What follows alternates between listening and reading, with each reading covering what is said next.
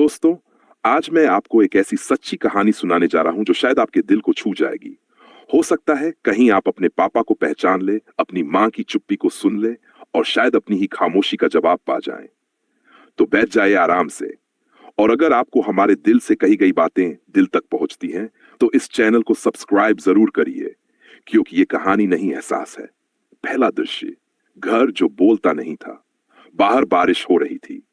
घर के आंगन में टप टप की आवाज थी और अंदर एक बूढ़ा आदमी अपने पुराने चीने कुर्ते में थरथराते हाथों से चाय बना रहा था। नाम था शिवनारायण जी। उनका घर बड़ा था। दो बेटे, दो बहुएं, एक बेटी और तीन पोते। पर हर तरफ एक अजीब सी चुप्पी। कोई किसी से ऊंची आवाज में नहीं बोलता, क्योंकि कोई किसी से बोलता ही नहीं। अगर कभी आपके घर में भी चुप्पी ज्यादा सुनाई दे, तो समझिए कोई रिश्ता धीरे धीरे मर रहा है। शिवनारायण जी रोज बच्चों की ओर देखते थे। कभी कोई पास बैठ जाएगा, कभी कोई पुराना किस्सा सुनेगा, लेकिन सब व्यस्त थे, फोन में, ऑफिस में, दुनिया में। अचानक एक दोपहर, सीमा जो छोटी बहू थी बोली, पापा जी आप अकेले क्यों रहते हैं, हमारे कमरे में चलिए। पर तभी बड़ी बहू रेखा ने टोका, सीमा रहने दो ना, पापा जी की आदतें अलग हैं। पापा जी मुस्कुराकर बोले, बेटा मैं अकेला नहीं हूं, मेरी आदतें मेरे साथ हैं। अगर आपके पापा भी कम बोलते हैं तो समझिए कि उन्होंने बहुत कुछ सह लिया है।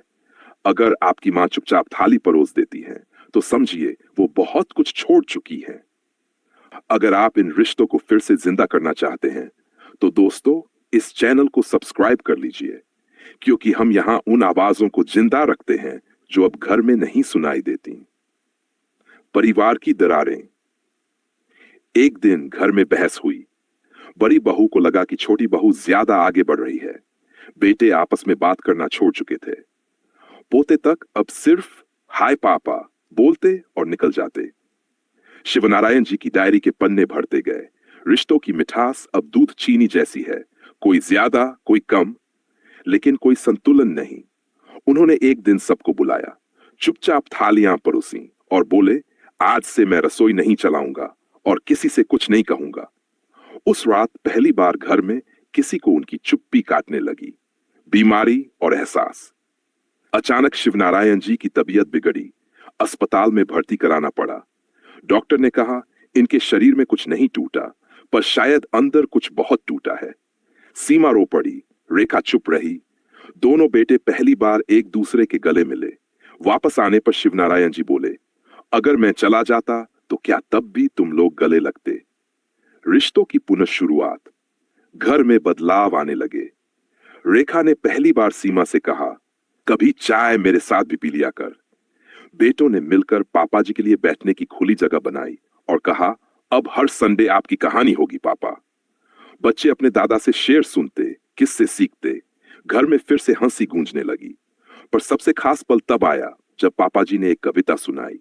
ताली दो हाथ से बजती है, परिवार सबके साथ से बनती है। मैं पिता हूं पर पत्थर नहीं, मेरी भी भावनाएं हैं। कोई एक बार पूछ ले कि मैं मुस्कुराता क्यों नहीं। दोस्तों, अगर आप इस कहानी में अपने पापा को देख पा रहे हैं, अगर आपकी मां भी बिना शिकायत के खाना परोसती हैं, तो इस चैनल को सब्सक्राइब करिए, क्योंकि यहां हम कहानियां नहीं सच्चाई सुनाते हैं। अंतिम दृश्य, शिवनारायण जी फिर वही चाय बना रहे थे, पर अब उनके हाथ नहीं कांपते थे, क्योंकि कोई पीछे से आकर थाम लेता था।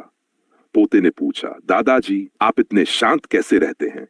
उन्होंने कहा, बेटा मैं जानता हूं रिश्तों में बहस नहीं भरोसा होता है, और भरोसा कोई ऐप से नहीं आता, वक्त देने से आता है। अगर आपकी आंखें भी थोड़ी सी भीगी है, अगर आपका दिल भी कह रहा है कि हां ये घर तो अपना ही था, तो इस वीडियो को दूसरों तक पहुंचाइए और सब्सक्राइब कीजिए।